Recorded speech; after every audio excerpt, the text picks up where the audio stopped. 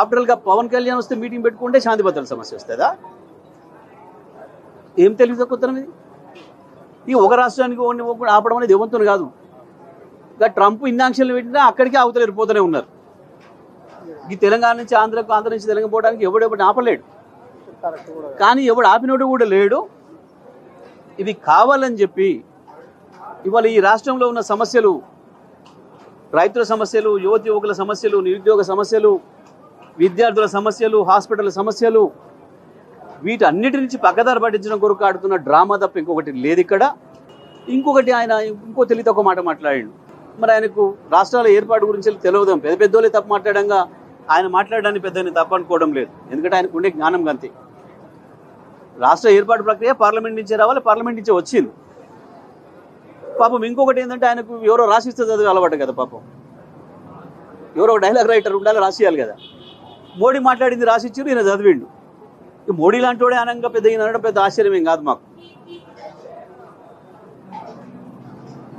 కానీ నేను ఇది చేస్తా, అది చేస్తా, ఎందుకు పీకుతా, ఈకుతా, నరుకుతా అని పిచ్చి మాటలు బంద్ చేసుకోవాలి ఎవరైనా రాజకీయాలలో. ఎవరిని ఎవడు పీకలేడు, ఎవరిని ఎవడు ఆపలేడు, ఎవరిని నడపలేడు. అందరిని భవిష్యత్తు నిర్ణయించేది ప్రజలు. అందరూ తలరాత రాసేది పొలిటికల్ లీడర్లది ప్రజలు, పార్టీలది తలరాతలు రాసేది ప్రజలు. వాళ్ళ గురించి మాట్లాడేటప్పుడు జాగ్రత్త మాట్లాడుకోవాలి. ఏమైందని ఇంత పొడుగు ఆవేశపడి ఏందేందో మాట్లాడిండు. ఎవడాపిండి ఆపితే కోర్టు నుంచి తెచ్చుకున్న సందర్భాలు ఉన్నాయి మస్తుగా.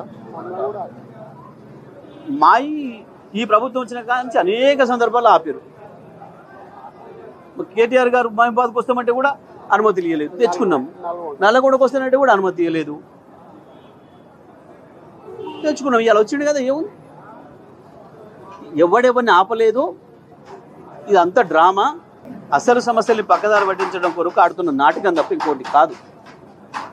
మంత్రులు కూడా బాధ్యతారహితంగా మాట్లాడడం. ఎవరిని ఎవడు ఆపుతాడు? తిరగకుండా ఆపుతాడు? అవుతుందా?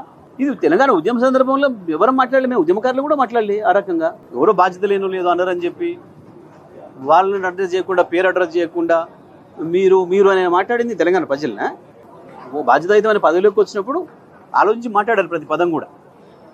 ఎవరికి అనరాదు, మాకు అనరాదా? అంతకంటే పెద్దగా మాట్లాడొస్తుంది అంటే కాదు కదా. బాధ్యత ఉండాలి కదా. ఏదో ఆయన వెడుతుండు, ఈయన ఆపినట్టు, నేను లేసరి సంగతి చెప్తా అని ఎవడు అని వెనకట అన్నాడని ఎప్పుడు అన్నాడు. ఇవన్నీ నాటకాలు తప్ప ఇంకోటి కావు. ఇవి ప్రజల సమస్యలకు సంబంధించినవి కావు.